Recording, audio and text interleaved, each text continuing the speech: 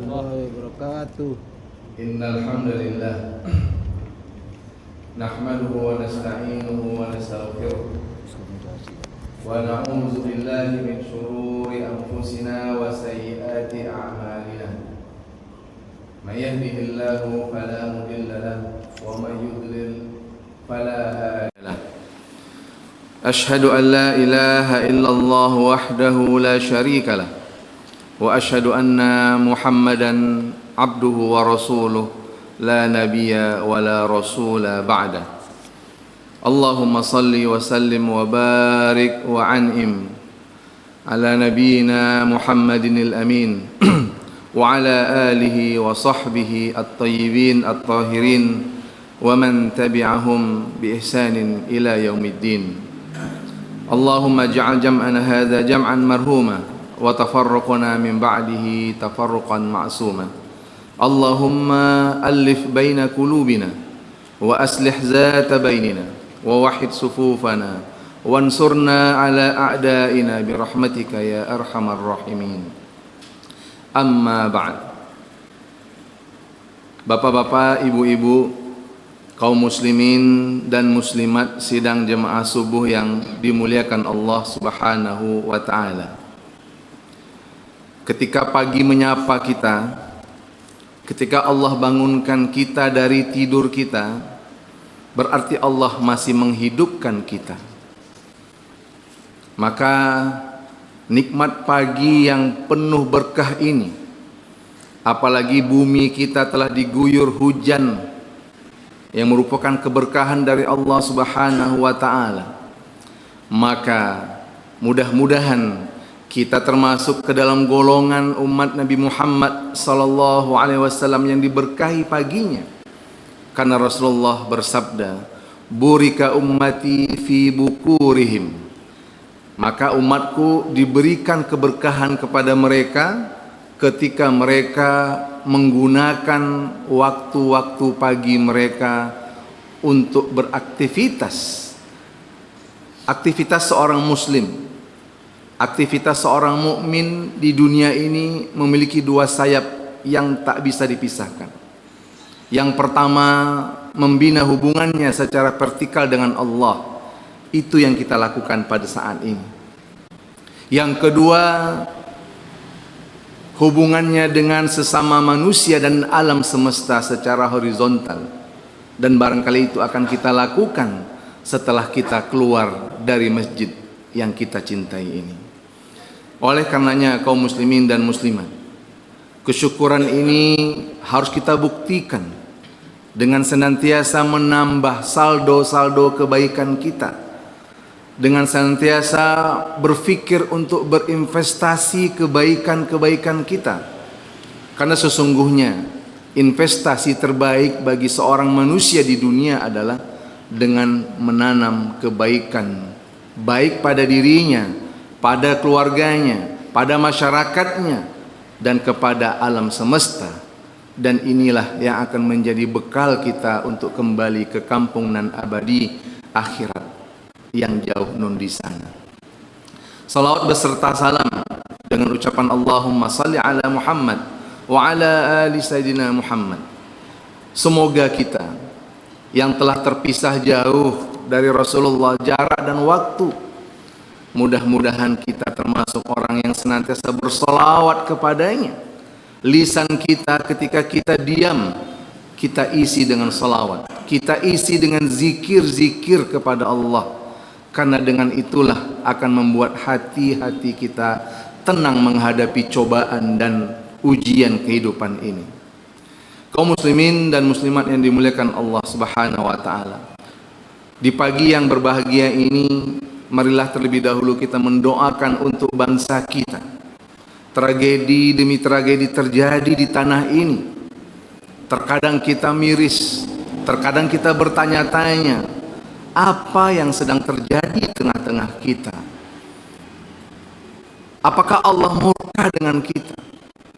Apakah kita sudah berbuat dosa dan maksiat yang banyak sehingga ujian, cobaan datang silih berganti menghadapi dan mengiringi kita? Kita doakan semoga anak bangsa ini, semoga para pemimpin bangsa ini bisa menggunakan akal sehatnya, bisa menggunakan nuraninya, bisa saling duduk bertemu muka. Karena sesungguhnya bangsa kita bukanlah bangsa yang kecil. Bangsa kita adalah bangsa yang besar. Hampir 300 lebih suku dan bahasa dipersatukan dari Sabang sampai Merauke. Maka oleh karena itu kaum muslimin, mudah-mudahan dari Masjid Jamiatul Zahidin ini muncul kaum muslimin, kaum muslimat yang menjadi setawar sedingin, yang menjadi problem solver ya, permasalahan-permasalahan yang ada di tengah kita. Karena sesungguhnya kehidupan kita di dunia ini misinya tidak hanya untuk hidup bagi diri kita sendiri. Lebih daripada itu, kita harus hidup untuk menjadi manfaat kepada orang lain. Siapapun kita, pemimpinkah kita, pejabat pemerintahankah kita, aparat keamanankah kita, rakyat biasakah kita, pedagangkah kita, maka jangan lupa letakkan iman, letakkan Islam di dalam diri kita. Maka insya Allah solusi apapun yang akan kita cari ada di dalam agama kita. Jalan keluar apapun ada di dalam agama kita, ada di dalam iman kita, di dalam Islam kita.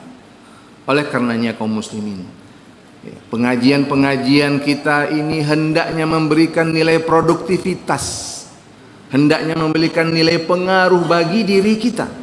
Keluar kita dari sebuah majelis ilmu bukan untuk berdebat akan sesuatu yang tidak penting, tetapi bagaimana kita keluar dari majelis ilmu mengeratkan kembali saf-saf kita yang terputus, merapatkan kembali barisan-barisan kita yang mungkin terkocar-kacir oleh segala ego-ego kita.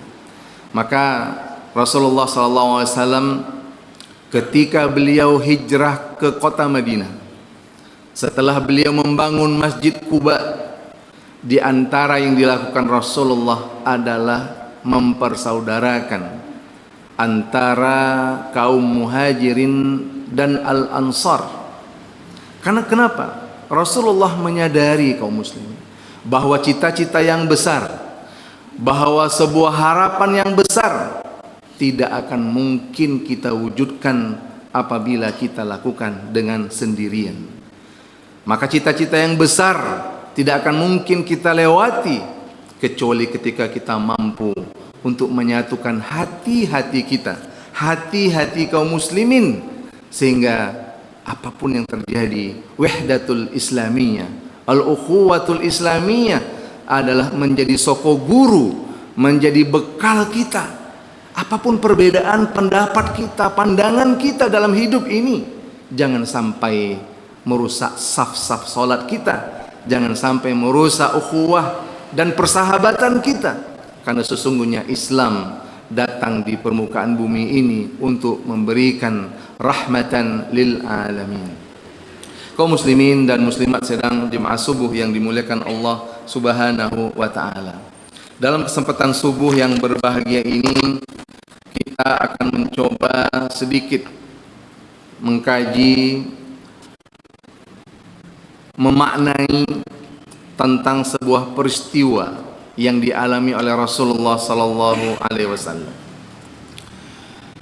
Ketika kita belajar sirah an-nabawiyah, ketika kita belajar sejarah Nabi sallallahu alaihi wasallam, orientasi tujuan yang harus kita pahami terlebih dahulu adalah bahwa di samping kita belajar sirah itu sebagai pengetahuan, lebih daripada itu, seharusnya seyogyanya sirah nabawiyah itu menjadi refleksi, menjadi tadabbur, menjadi hikmah, menjadi pelajaran yang bisa kita contoh di dalam kehidupan kita sehari-hari. Ya. Karena kalau seandainya kita berbicara tentang sebuah sejarah, ya, dan hanya sampai kepada menikmati ceritanya saja, maka kita belajar sejarah belum sampai kepada target yang kita inginkan. Maka poros kehidupan baginda Rasulullah, ya, dari dalam sirah nabawiyah ini, ya, mungkin dalam kesempatan ini kita akan memulainya dari setelah bi'satun Nabi sallallahu alaihi wasallam, dari semenjak diutusnya Nabi Muhammad sallallahu alaihi wasallam, pengemban risalatul Islam. Ya. Di dalam surah Al-Ahzab Allah berfirman, "Laqad kana lakum fi Rasulillahi uswatun hasanatun." Sungguh, ya, kata Allah Subhanahu wa taala, pada diri Rasulullah SAW tersebut ada contoh tauladan yang baik. Ya. Untuk siapa? Liman kana yarjullaha wal yawmal akhir wa zakarallaha katsiran. Jadi ketika kita belajar sirah Nabi, ya, sebenarnya tujuannya adalah yang paling utama agar Rasulullah, agar poros Nabi Muhammad SAW baik secara fisiknya, akhlaknya, perjuangannya, dakwahnya menjadi uswatun hasanah, menjadi contoh tauladan bagi siapa? Liman kana yarjullaha wal yawmal akhir wa zakarallaha katsiran. Bagi orang-orang yang mengharapkan, ya, Allah Subhanahu wa taala, artinya ridho Allah Subhanahu wa taala, dan mengharapkan kebaikan di hari akhirat, dan mereka adalah orang-orang yang senantiasa berzikir kepada Allah Subhanahu wa taala. Jadi ketika kita belajar sejarah Nabi, maka yang kita tekankan adalah bagaimana kita bisa mencontoh dan mempraktekkan apa yang telah diajarkan oleh sejarah tersebut di dalam kehidupan kita sehari-hari.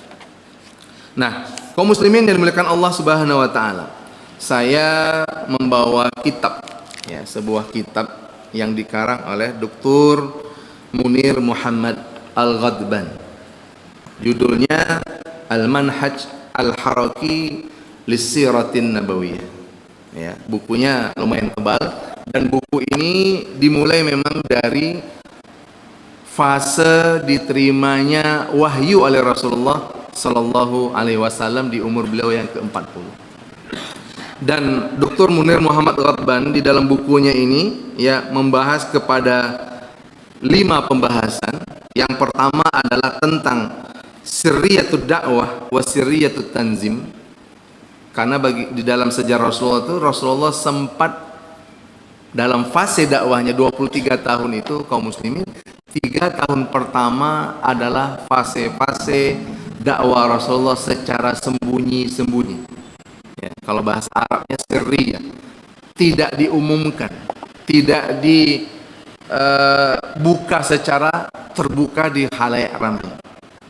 Kemudian di marhalah kedua, jahriyatud dakwah wa sirriyatut tanzim. Ya. Di fase kedua, Munir Muhammad Ghadban juga membagi ketika setelah 3 tahun pertama Nabi berdakwah secara terang-terangan. Akan tetapi beliau menambahkan dengan sirriyatut tanzim, maknanya adalah bahwa Rasulullah mengorganisasi dakwah Islam ini dengan cara yang tertutup. Ya. Kalau kita bisa katakan sirriyatut tanzim itu adalah pengkoordinasian dakwahnya tidak juga terang-terangan, tapi dakwahnya sudah mulai terang-terangan. Kemudian marhalah yang ketiga yang dibagi oleh beliau sampai kepada iqamatud daulah, mendirikan Islam sebagai konstitusi negara dan peradaban atau civil society. Kemudian marhalah keempat adalah ta'sisud daulah wa tasbitu da'aimuha, pengokohan, ya, pengokohan, ya, eksistensi dari sebuah sistem Islam yang sudah menjadi konstitusi, yang sudah menjadi institusi kehidupan kaum muslimin ketika itu. Ya. Kemudian yang terakhir beliau membagi dalam fase kelima al-jihad as-siyasi wa intisaru ar-risalah. Yang kelima, fasenya adalah jihad politik dan pemenangan misi-misi keislaman baik di Jazirah Arab ataupun ekspansi Islam itu sendiri ke dunia luar. Ya, jadi bisa kita bayangkan, gambarkan secara singkat dari pemikiran beliau. Yang pertama adalah dakwah secara sembunyi-sembunyi, yang kedua dakwah secara terang-terangan, yang ketiga menyusun cikal bakal berdirinya konstitusi dan institusi Islam sebagai kehidupan. Ya. Jadi Bapak Ibu, kalau kita berbicara daulah, ya jangan langsung kita berpikir sesuatu yang kita pahami terkadang salah. Nah, ini ya, perlu kita pahami. Kita melihat sejarah di masa Rasulullah Sallallahu Alaihi Wasallam, di mana pada masa itu, ya, Jaziratul Arab itu, ya, adalah sebuah lembah, sebuah tempat yang mana kekufuran, kejahiliaan itu merajalela di sana. Ya. Kita harus tahu latar belakang sejarah bahwa Persia dan Romawi yang berkuasa ketika itu bahkan tidak melirik Jazirah Arab untuk dijadikan sebagai tempat jajahan mereka. Ya. Jadi maka tribalisme, kesukuan di Jazirah Arab pada saat itu mencapai puncaknya. Ya, sehingga ketika datang Islam, ya, Islam merubah segala bentuk kejahiliaan pada masa itu menjadi sebuah peradaban yang berdasarkan Al-Quran dan Sunnah Rasulullah Sallallahu Alaihi Wasallam. Nah, Bapak Ibu dimuliakan Allah Subhanahu Wa Taala, kita masuk kepada Al-Qismul Awal atau Al-Marhalatul Ula, fase pertama dari perjalanan Rasulullah berdakwah setelah diangkatnya menjadi Rasul. Ya, kita lihat fasenya tadi 3 tahun pertama. Ya.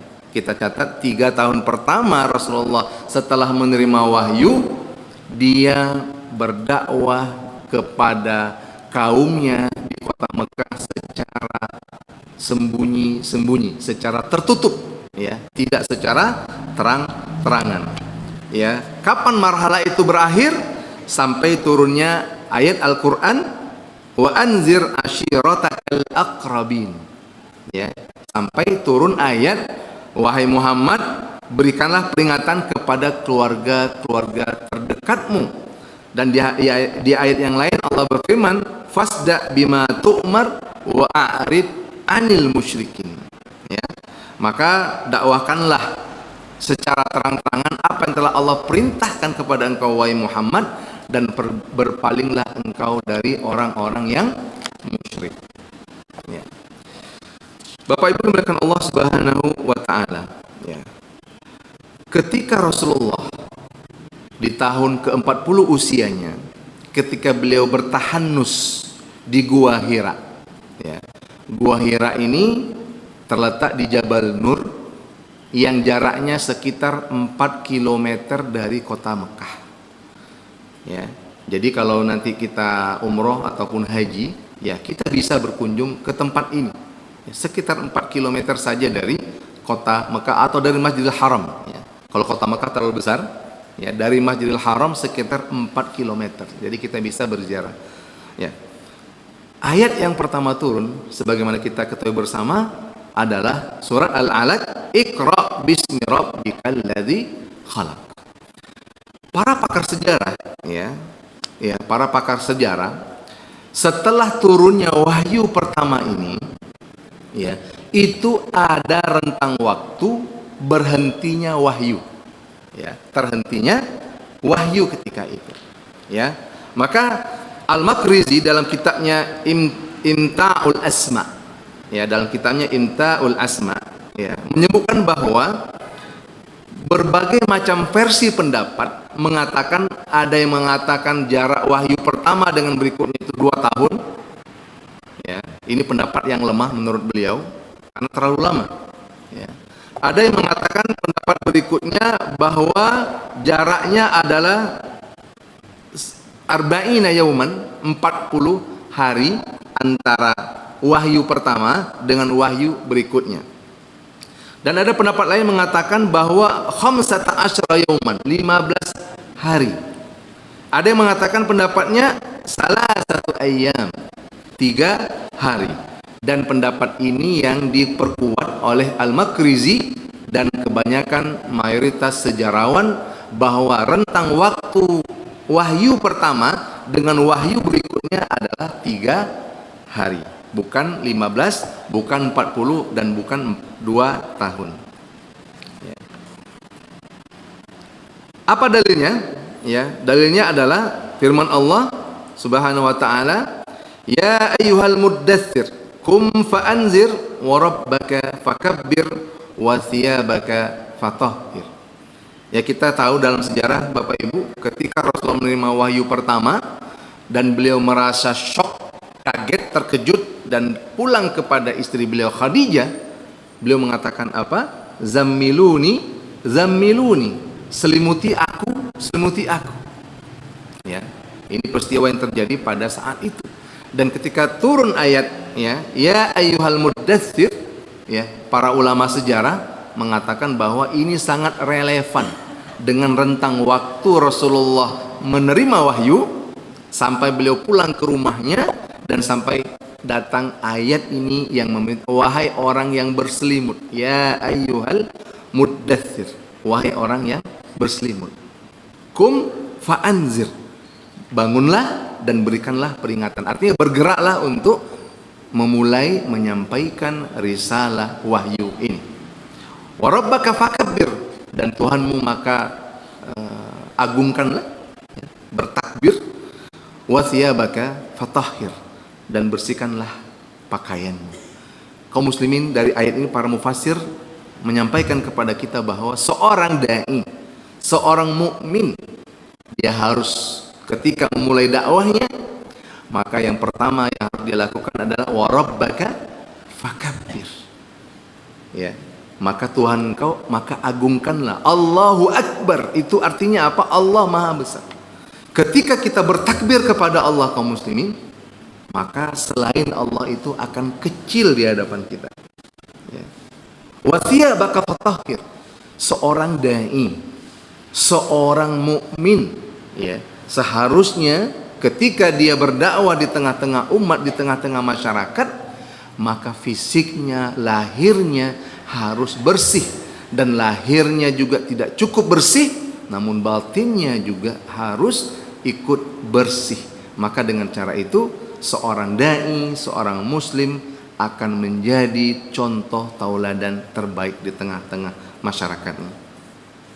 Nah, kaum muslimin yang dimuliakan Allah Subhanahu wa taala, ya.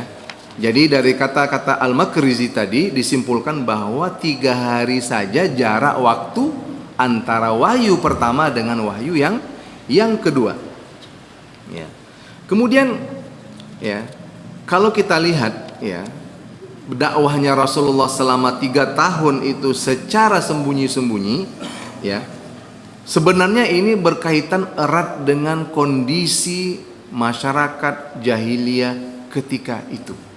Ya, walaupun Rasulullah SAW berasal dari suku yang terpandang, ya, Rasulullah itu dari Banu Hashim, ya, dari suku yang terpandang di Quraisy, ya, akan tetapi, ya, Rasulullah juga berdakwah secara tertutup dengan orang-orang yang terdekat yang berada di sekitarnya, dan ini merupakan pelajaran terpenting juga buat kita, ya, karena kaum muslimin, sesuatu pemikiran, sesuatu cita-cita, bahkan dulu mungkin kemerdekaan kita Indonesia, ya, para founding father bangsa kita ini juga ketika memulai pergerakan kemerdekaan ini juga tidak ramai-ramai, ya, juga tidak ramai-ramai.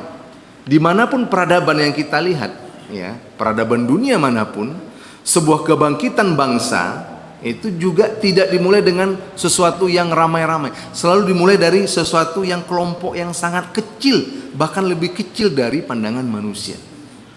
Itu yang dijalankan oleh baginda Rasulullah Sallallahu Alaihi Wasallam ketika berada di kota Mekah, ya. Maka di dalam fase ini, ya, kita melihat bahwa Rasulullah yang pertama didakwakannya adalah siapa? Khadijah binti Khuwailid radhiyallahu anha, istri beliau sendiri. Ya, karena seorang nabi, seorang suami, ya, ketika menerima wahyu dalam kondisi shock dan terkejut dengan wahyu yang dia terima, dia kembali kepada istrinya. Dan Khadijah kaum muslimin adalah seorang yang sangat setia kepada baginda Rasulullah dalam sepanjang hidup mereka.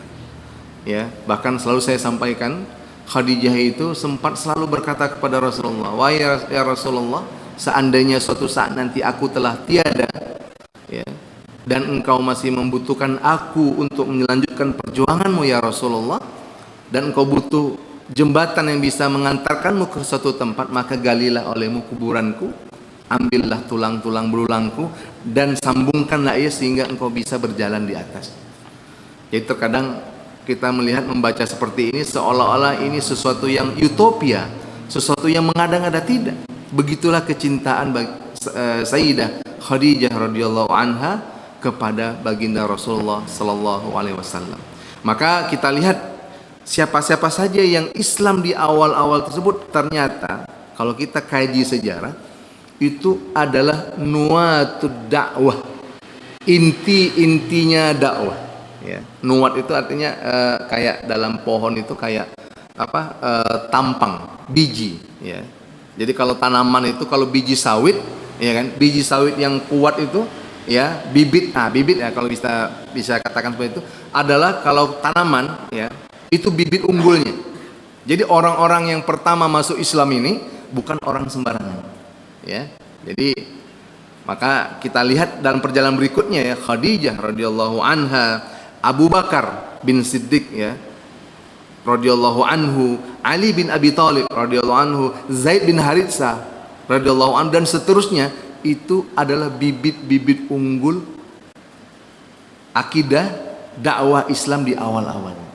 Jadi kalau seandainya kita ingin bercocok tanam sawit dan apapun itu tanamannya, maka pilihlah bibit yang unggul. Bibit unggul ini insya Allah dia kuat. Ada hama dia masih bertahan, ya. Ada hujan lebat, ya, banjir dia masih bertahan. Nah, begitu perkiraannya, perumpamaannya dengan mereka-mereka yang Islam as-sabiquna al-awwalun, ya, pada masa itu. Nah, kita lihat kaum muslimin bahwa Rasulullah ketika, ya, mengajak orang-orang terdekatnya, Abu Bakar itu siapa? Sahabat dekat beliau. Kita kalau dalam hidup ini Bapak Ibu, pasti yang kita lakukan adalah duduk bersama orang-orang yang dekat dengan kita. Ya. Ketika kita gelisah, maka orang yang akan kita temui adalah orang-orang yang dekat dengan kita. Ya. Rasulullah ketika menerima wahyu dan risalah ini, ketika telah mendakwakan kepada istrinya Khadijah, dia tidak berhenti sampai di situ. Dia ajak Abu Bakar As-Siddiq, dia ajak Ali bin Abi Thalib, dan dia Islamkan budaknya Zaid bin Haritsah. Dan kita lihat kaum muslimin, ya, di tangan Abu Bakar As-Siddiq radhiyallahu anhu itu masuk Islam tokoh-tokoh yang luar biasa. Ya, siapa di antaranya? Utsman bin Affan. Jadi Utsman bin Affan itu masuk Islam lewat Abu Bakar As-Siddiq. Jadi kalau kita lihat ini pasukan khususnya Nabi, ya, Kopassusnya Nabi SAW. Yang kedua Az-Zubair ibnul Awwam, ini juga tokoh besar dalam sejarah Islam. Kemudian Abdurrahman bin Auf, ya, yang kisahnya sangat legendaris, ya, ketika dia dipersaudarakan dengan Sa'ad bin Rabi' ketika berada di Madinah. Saudagar kaya Mekah yang ikut hijrah ke Madinah, meninggalkan semua harta kekayaannya, tidak membawa modal apapun, dan sampai di kota Madinah dia ditawarkan oleh Sa'ad bin Rabi', hartanya, namun dia menolak dan dia minta ditunjukkan dullani ala suq. Nah, ini tokoh-tokoh penting ternyata. Sa'ad bin Abi Waqqas, ya, seorang sahabat yang kita sangat dengar kepahlawanannya. Thalhah bin Ubaidillah, ya, syahid, ya, syahidul hayy kalau dalam bahasa sejarahnya, Dia dikategorikan syahid oleh Nabi tapi dalam kondisi hidup. Bayangkan luka-luka yang dialami Thalha bin Ubaidillah ini sangat luar biasa dalam beberapa peperangan bersama Rasulullah Sallallahu Alaihi Wasallam. Nah, ini yang pertama Bapak Ibu, ya, bahwa yang pertama tadi adalah Rasulullah bergerak dalam diam. Yang kedua pelajarannya adalah Rasulullah memilih, ya, memilih orang-orang yang tepat untuk menemani dakwahnya, ya. Tidak memilih sembarangan orang, ya. Ini juga pelajaran buat kita kaum muslimin untuk memperjuangkan kebaikan, ya. Kita terkadang tidak perlu rame-rame, ya. Untuk memajukan sebuah kebaikan kita pilih orang-orang pilihan, ya. Manfaatnya apa? Ketika kebaikan itu sudah ada dan sudah terasa, maka itu bisa dinikmati oleh banyak orang. Dan itu banyak kita lihat pada hari ini. Banyak di tengah-tengah masyarakat kita kebaikan itu muncul, kebaikan itu ada, tapi kita tak tahu siapa nih yang di belakang kebaikan ini. Kadang kita melihat sebuah masjid yang megah, indah, ya, dari sebuah tanah kosong yang tidak ada apa-apanya, berdiri sebuah masjid, berdiri sebuah pengajian, jamaah banyak, ternyata juga tidak digerakkan oleh banyak-banyak orang, tapi oleh segelintir orang. Nah, ini pelajarannya apa? Bahwa orang-orang pilihan, ini pelajaran penting, itu harus kita pilih di dalam melakukan sebuah perjuangan akan kebaikan, ya. Maka tadi Abu Bakar itu bisa mengislamkan tokoh-tokoh Islam legendaris yang kita bacakan tadi. Utsman bin Affan itu adalah khalifah yang ketiga. Coba bayangkan, ya. Sa'ad bin Abi Waqqas, Zubair bin Al-Awwam adalah tokoh-tokoh hebat di dalam sejarah Islam. Nah, makanya ketika kita dalam kehidupan ini jangan pernah merasa kecewa dengan opini publik. Nah, kadang-kadang kita ini Bapak Ibu bergerak sedikit saja ketika ada orang yang mengkritisi kita, ada orang yang berkomentar tentang kita, kita mundur. Ya nggak apa-apa lah Pak Ustadz, ya kita ini nggak dipercaya lagi nampaknya misalnya kan, ya kan. Terkadang kita mudah putus asa, patah semangat, ya. Padahal kalau kita lihat kaum muslimin, ya, perjalanan dakwah Rasulullah di kota Mekah 3 tahun pertama itu sangat berat. Maka dalam sejarah Islam kita lihat as-sabiqunal awwalun, orang-orang yang masuk Islam di fase pertama ini tidak ada yang murtad dan tidak ada yang menjadi munafik. Nah, coba bayangkan di tengah ujian, tekanan fisik, tekanan mental, ya, adanya tekanan-tekanan yang dilakukan oleh kufar Quraisy, ya. Contohnya kepada Bilal misalkan, kepada keluarga Yasir bin Ammar misalkan, syahidanya Sumayyah misalkan, itu mereka yang Islam di fase pertama, ya. Coba kita buktikan dalam sejarah, tidak ada yang murtad dan tidak ada yang nifak ataupun menjadi orang-orang yang munafik. Dan ini seperti yang saya sampaikan tadi kaum muslimin, ini adalah bibit unggul generasi pertama Islam, ya. Jadi kita harus mempelajari ini agar kita mengerti bahwa ternyata bibit unggul itu tidak mengecewakan kita, ya. Kemudian kaum muslimin yang dimuliakan Allah Subhanahu wa taala, itu hikmah kedua yang kita ambil tentang pemilihan orang-orang yang menjadi penggerak dakwah Rasulullah sallallahu alaihi wasallam. Yang ketiga, ya, Dr. Munir Muhammad Ghadban mengatakan al-amalu min khilali saqafatid da'iyah wa markazuhul ijtimaiyah. Seorang dai, ya, seorang pejuang, seorang penggerak, ya. Ini kita berbicara tentang orang-orang yang Islam di abad pertama, di awal pertama tersebut, itu harus memiliki beberapa kriteria saqafah. Saqafah itu bisa berarti wawasan. Wawasan bisa berarti ada ilmu pengetahuan di sana, ada kepribadian di sana, ada akhlak di sana, ya. Sebagaimana kita lihat di sini, ya, anasir yang menjadi utama dalam kader, ya, dakwah pertama itu, yang pertama adalah al-akhlaq, khuluquhu, ya. Ya. Rasulullah SAW memilih Abu Bakar, ya, tidak sembarang pilih, karena beliau adalah seorang yang ma'lufun fi qaumihi, ya. Kenapa dia ma'lufun fi qaumihi? Li'annahu muhabbaban sahlan. Apa artinya? Beliau orang yang dicintai dan orangnya sangat mudah. Apa artinya mudah, Bapak Ibu? Mudah itu artinya orangnya tidak banyak cerita. Apa artinya mudah itu, Bapak Ibu? Orangnya tidak banyak komentar. Apa itu mudah itu, Bapak Ibu? Orangnya lurus-lurus aja. Muhabbaban sahlan. Bapak Ibu, ini penting bagi seorang penggerak kebaikan, ya. Seorang penggerak kebaikan hatinya harus lembut. Seorang penggerak kebaikan harus dicintai kaumnya, dicintai oleh orang-orang sekitarnya. Ya. Bagaimana kita menyampaikan sebuah kebenaran kalau kita tidak dicintai?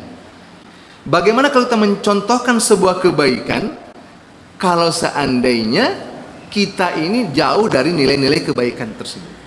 Ya, maka Abu Bakar itu, jadi kalau kita lihat baca sejarah Bapak Ibu, sebenarnya, ya, orang kedua yang paling berperan dalam dakwah Rasulullah adalah Abu Bakar. Karena Ali bin Abi Thalib ketika itu masih berusia 10 tahun ketika masuk Islam, ya, masih sobiyun, masih anak-anak.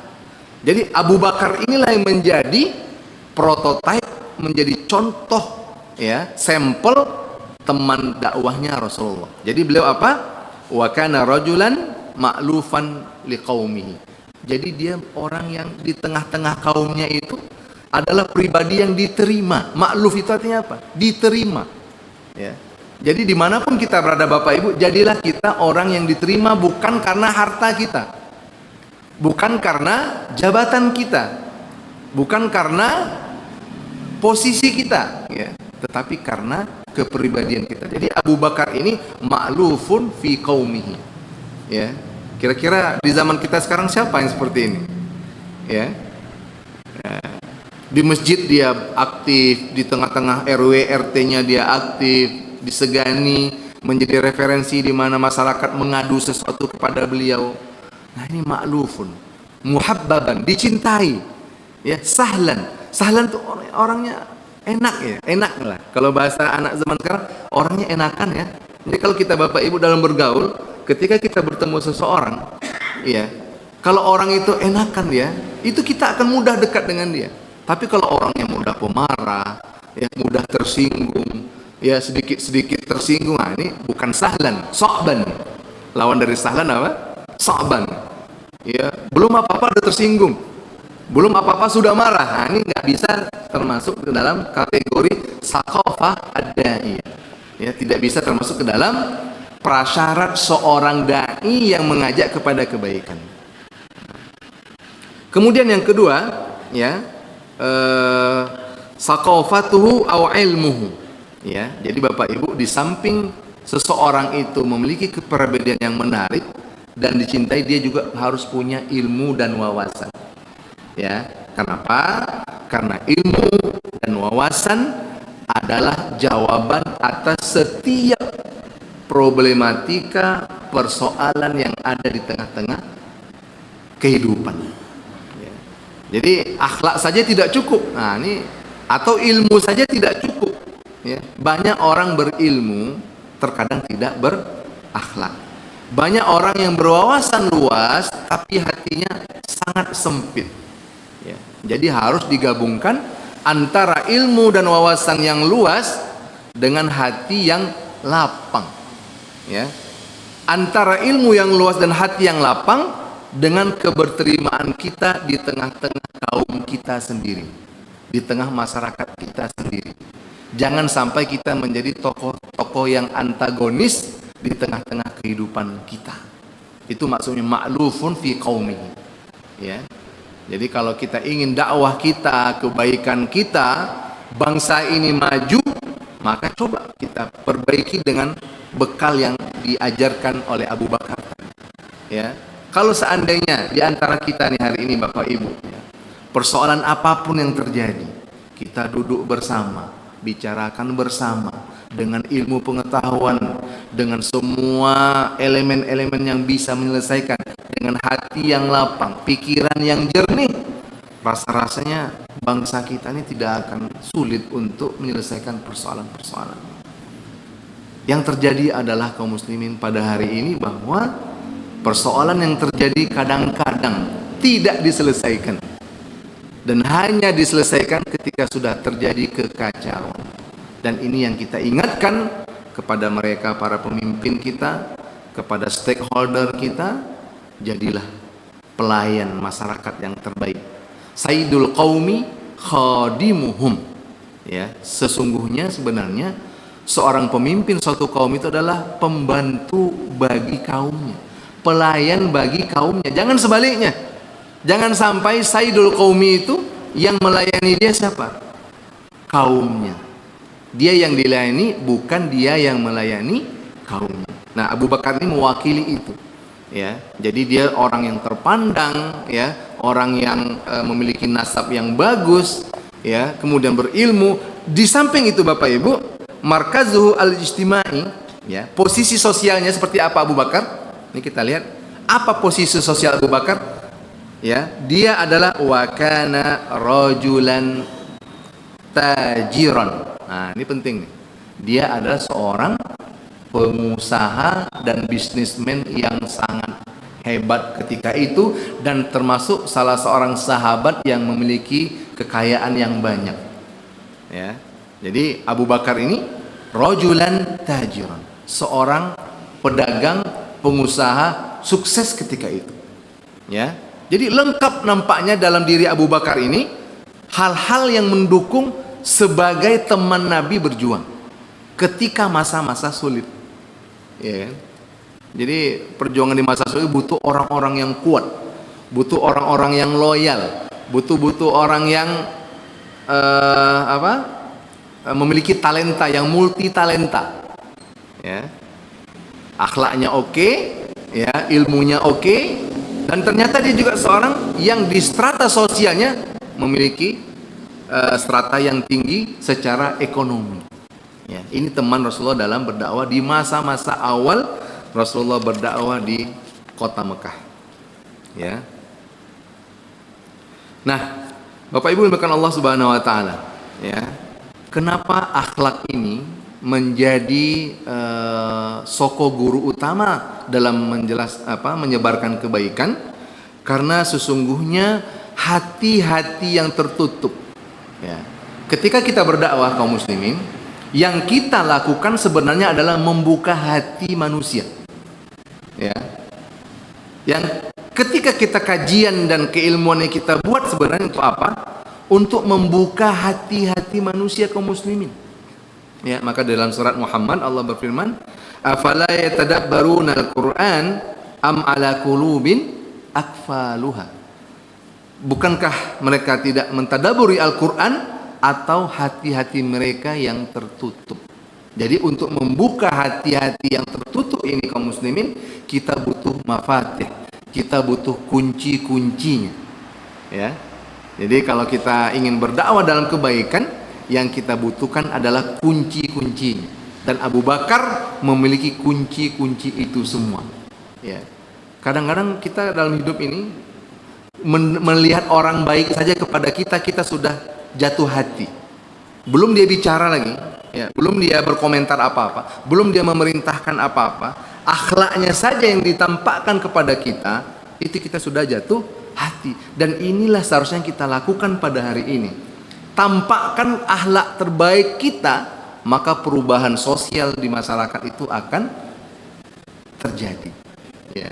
Ini terkadang-kadang ya kaum muslimin, mohon maaf ya, terkadang ya kita hanya bisa berbicara, terkadang kita hanya bisa berdalil, ya, terkadang kita tidak bisa menjadi qudwah hasanah bagi sekitar kita. Jadi ilmu kita tidak berkah, jadi kajian kita kadang tidak berkah. Kenapa? Karena kita tidak menunjukkan, ya, akhlak yang terpuji, bahwa mereka yang tertutup hatinya itu membutuhkan kunci. Kuncinya apa? Ada dalam diri kita. Akhlak kita harus kita dahulukan sebelum kita mengajak seseorang kepada Islam itu sendiri. Dan ini dilakukan oleh Abu Bakar As-Siddiq bersama Rasulullah Sallallahu Alaihi Wasallam. Dan Bapak Ibu jangan lupa, Rasulullah Sallallahu Alaihi Wasallam sebelum diangkat menjadi Rasul juga sama dengan Abu Bakar. Apa persamaannya? Rajulun ma'lufun, seorang yang sangat dekat dengan kaumnya. Rajulun amin, seorang yang jujur, seorang yang tidak pernah menyakiti siapapun.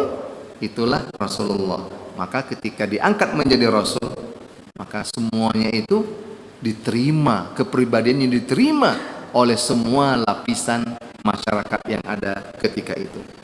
Ya, itu yang ketiga. Yang keempat Bapak Ibu, ya, yang keempat tentang sirriyatud dakwah ini, bahwa jangan kita salah paham. Ini perlu kita garis bawahi. Ketika diistilahkan dengan sirriyatud dakwah, bahwa dakwah itu hanya untuk kelompok-kelompok, entitas-entitas tertentu, ya, tidak. Sirriyatud dakwah lebih kepada maknanya adalah metodologi dakwahnya harus menyesuaikan situasi dan kondisi ketika itu. Namun dakwahnya tetap umum, ya. Namun dakwahnya tetap untuk umum. Jadi jangan dipahami, oh berarti Rasulullah nepotisme ya Ustaz. Bukan. Ketika Rasulullah mendakwakan kepada orang terdekatnya, ya, itu bukan berarti nepotisme, tidak. Tapi itu yang paling mungkin dilakukan Rasulullah. Itu yang paling prioritas yang dilakukan oleh Rasulullah, ya. Tidak mungkin Rasulullah berdakwah ketika terima wahyu langsung dia berdakwah ke suku-suku yang lain, nggak mungkin, ya.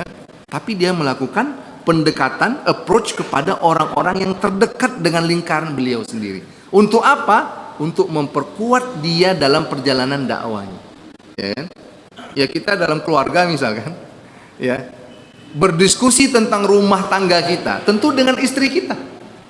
Anak kita mau sekolah, nyambung sekolah tamat SD, tidak mungkin kita, ya, seorang suami atau seorang bapak, ya, nggak mungkin dia berdiskusi dengan orang lain, pasti dengan orang terdekat. Ya, itu logikanya. Jadi Bapak Ibu, sirriyatud dakwah tadi yang saya sampaikan, maknanya bukan hanya dakwah Nabi khusus kepada golongan-golongan tertentu, ya, tapi sifatnya umum, tapi caranya yang tertutup, ya, terbatas, ya. Ini kalau bahasa tertutup ini kadang-kadang bisa bikin maknanya ambigu, ya, tapi terbatas, ya. Jadi tidak terang-terangan, ya. Ini kalau kita sekarang ini kan dakwah terang-terangan, nih, ya. Kita di masjid ada ustadz, ada mubalik, ada guru di sini berbicara, dia ini namanya jahriyatud dakwah, ya. Bahkan di live streaming kan, ya, itu namanya jahri.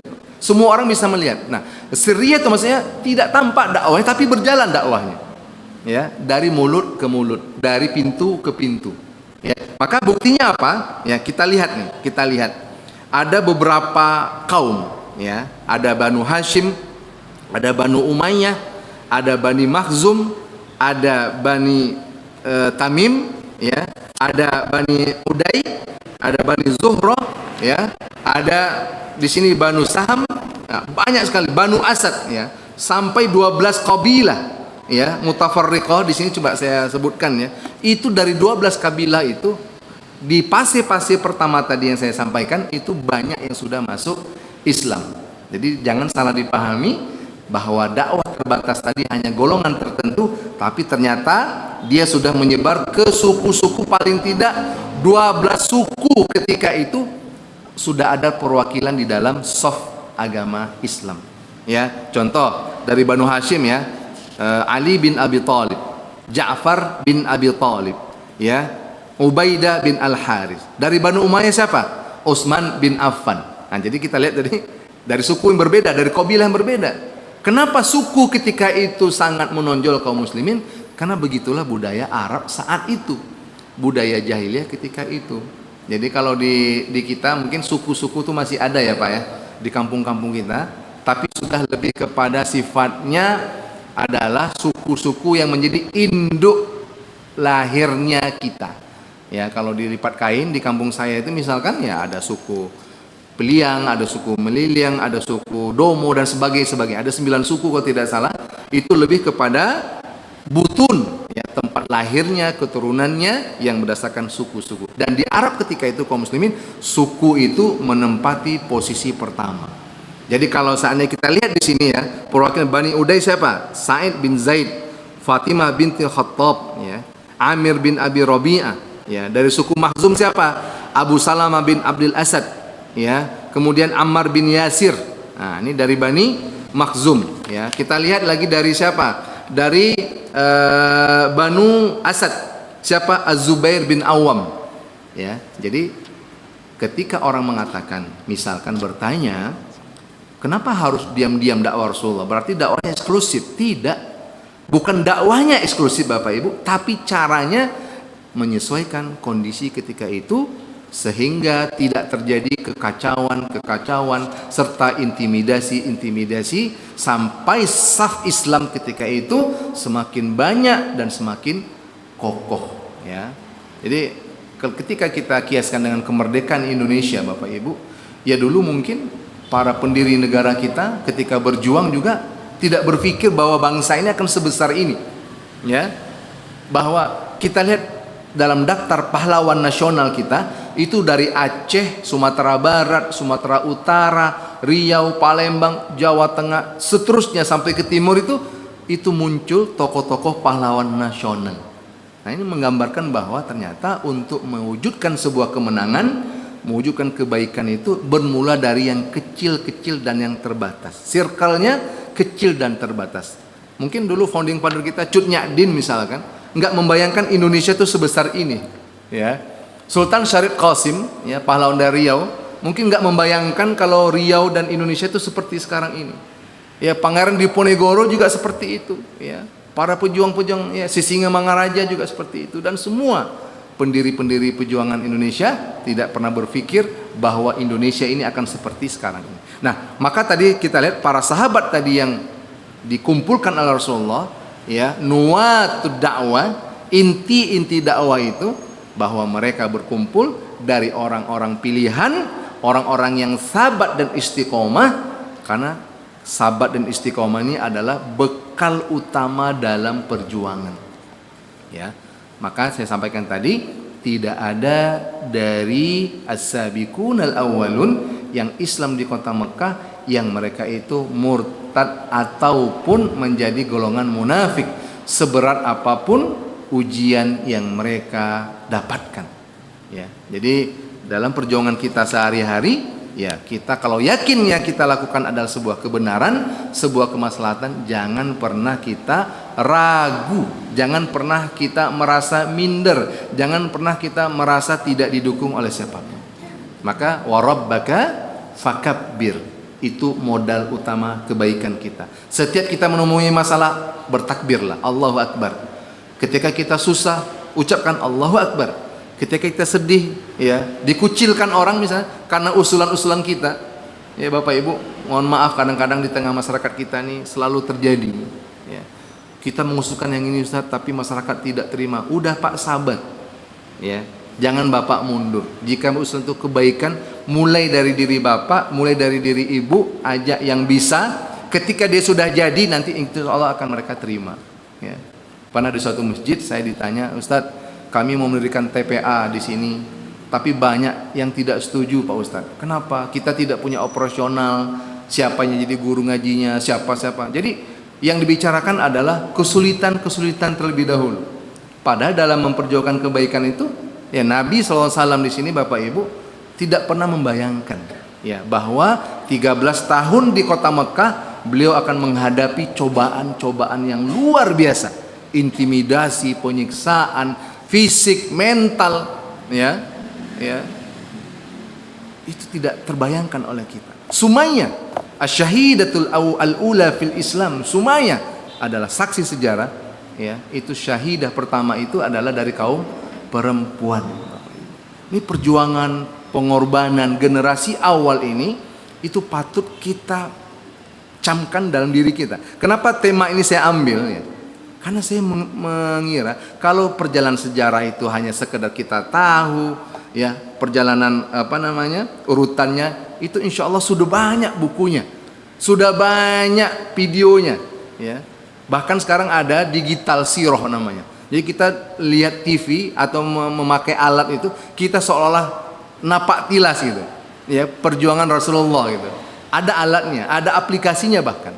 Tapi yang kita inginkan dalam kajian kita, Bapak Ibu, mengambil ibrah, mengambil sesuatu yang bisa kita amalkan dalam kehidupan kita. Karena mereka itu memulai dakwah ini ya Bapak Ibu, untuk kita contoh, bukan untuk kita baca dan hanya untuk kita ketahui saja. Ya tadi seperti yang saya sampaikan tadi, di antara metode dakwah Rasulullah adalah memilih orang-orang pilihan. Karena itu prioritas Bapak Ibu. Makanya dalam memperjuangkan kebaikan, jangan paksa orang tidak mau. Jangan paksa orang yang tidak punya minat. Tapi ajaklah orang yang punya kemauan dan punya keinginan. Insya Allah jadi.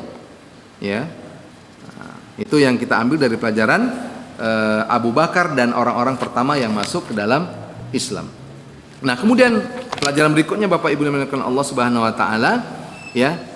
Ketika Rasulullah berdakwah di kota Mekah, beliau tidak melawan intimidasi dengan intimidasi. Ya. Al-mu'ayyashatu bainal muslimina wa ghairuhum. Jadi Rasulullah dalam manhaj dakwahnya di awal-awal itu tidak berbenturan. Nah, ini kita pelajarannya apa buat kita? Kalau kita punya proyek kebaikan, kalau kita punya misi kebaikan, lakukan tanpa berbenturan. Ibarat air itu dia mengalir mencari ruang yang kosong. Ya, ini pelajaran Pak. Ya, ini dilakukan oleh Rasulullah. Di sini Rasulullah disebutkan oleh Dr. Muhammad Munir Ghotban bahwa dalam kondisi apapun Rasulullah berpesan kepada para sahabat jangan melawan, tapi menghindar. Ya, bukan berarti lemah, ya, karena kondisi dan situasinya tidak memungkinkan, belum memungkinkan ketika itu untuk melakukan benturan. Ya, ini fatrah Mekah. Pelajarannya apa? Ketika misi kebaikan itu kita jalankan, usahakan jangan terjadi benturan apapun. Nah, ini ibarat air mengalirlah dia mencari celah yang kosong.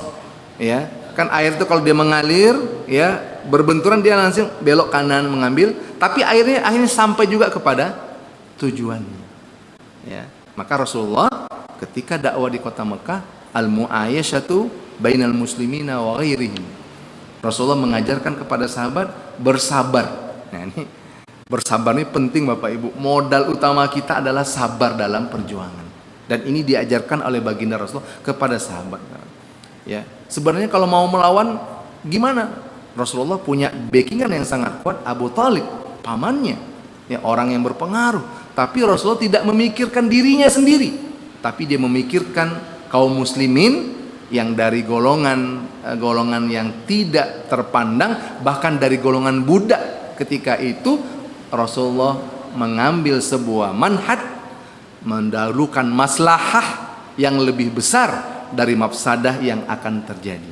Jadi konsep Bapak Ibu, ketika kita berbuat kebaikan, dahulukan maslahah yang lebih besar daripada mafsadah ataupun kerusakan yang terjadi.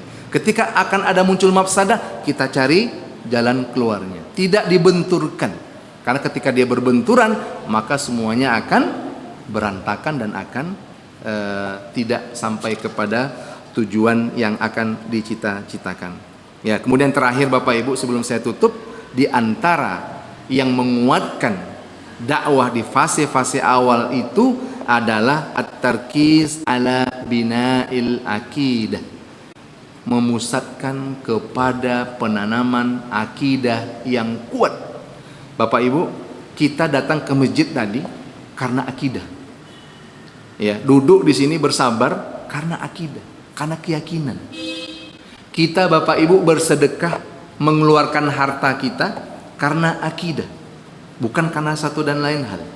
Ya, Bapak Ibu yang dimuliakan Allah, kita ya mengunjungi tetangga kita yang sakit di rumah sakit, walaupun dia adalah orang yang sangat membenci kita, apa dorongannya?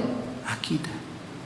Jadi akidah ini Bapak Ibu menempati posisi yang sangat penting, dan ini yang ditanamkan oleh baginda Rasulullah kepada as-sabiquna al-awwaluna pada saat itu. Ya, Abu Bakar akidahnya. Apa contoh akidah Abu Bakar? Ketika Rasulullah berjihad di jalan Allah, Abu Bakar menginfakkan seluruh harta miliknya untuk perjuangan dakwah. Lalu Rasulullah bertanya, apa yang engkau tinggalkan untukmu ya Abu Bakar? Kata Abu Bakar, Allah dan Rasulnya saja. Ini akidah, ya. Apa yang membuat keluarga Yasir bin Ammar ya mempertahankan akidahnya? Apa yang membuat Bilal bin Rabah tahan dengan siksaan yang dialaminya? Ya, itu adalah akidah. Apa yang membuat Abdurrahman bin Auf meninggalkan hartanya, meninggalkan semua miliknya di kota Mekah? Adalah akidah yang kuat dan keyakinan kepada Allah Subhanahu wa taala. Jadi, kaum muslimin yang dimuliakan Allah, bahwa akidah bisa merubah segalanya, akidah merubah yang mustahil menjadi mungkin, dan akidah bisa mengantarkan seseorang mempertahankan prinsip-prinsip hidupnya tanpa goyah sedikit pun. Mudah-mudahan kita yang jauh hidup dari masa Rasulullah, ketika kita tadi membaca, ketika tadi menelaah sirah Nabi ini, yang perlu kita tanamkan adalah mari kita amalkan sedikit demi sedikit, ya, karena sesungguhnya kaum muslimin, ilmu yang berkah itu adalah ilmu yang diamalkan.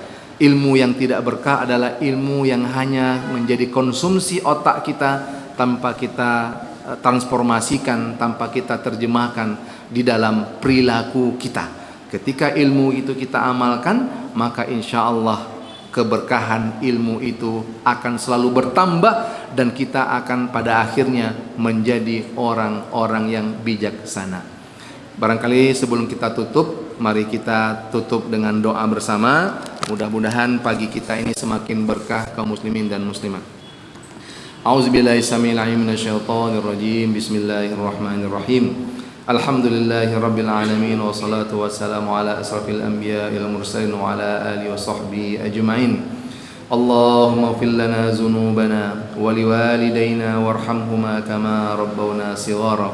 Allahumma ighfir lil mu'minina wal mu'minat wal muslimina wal muslimat al ahya'i minhum wal amwat innaka sami'un qaribun mujibud da'wat wa ya qadiyal hajat. Rabbana zalamna anfusana wa illam taghfir lana wa tarhamna lanakunanna minal khasirin. Allahumma shrah lana sudurana wa yassir lana umurana wahlul 'uqdatam min lisanina yafqahu qawlana. Allahumma zid lana ilman warzuqna fahman.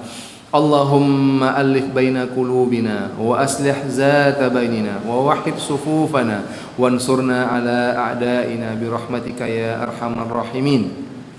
Allahumma ansur ikhwanana al-mujahidina fi Palestin. Allahumma ansur ikhwanana al-mustad'afina fi Gaza. Allahumma ansurhum nasran aziza. Allahumma ansurhum nasran mubina. Allahumma kun ma'hum wa la takun alaihim ya rabbal alamin. Rabbana taqabbal minna innaka antas sami'ul alim wa tub 'alaina ya Allah innaka antat tawwabur rahim. Rabbana atina fid dunya hasanah wa fil akhirati hasanah wa qina 'adzaban nar. Allahumma ikhtim a'malana wa ajalana bi ahsanil khatimah was sa'adah wa la takhtim alaina ya Allah bi su'il khatimah was saqawah. Subhana rabbika rabbil izzati amma yasifun wa salamun 'alal mursalin walhamdulillahi rabbil alamin. Taqabbalallahu minkum minna wa minkum taqabbal ya karim. Wassalamu alaikum warahmatullahi wabarakatuh.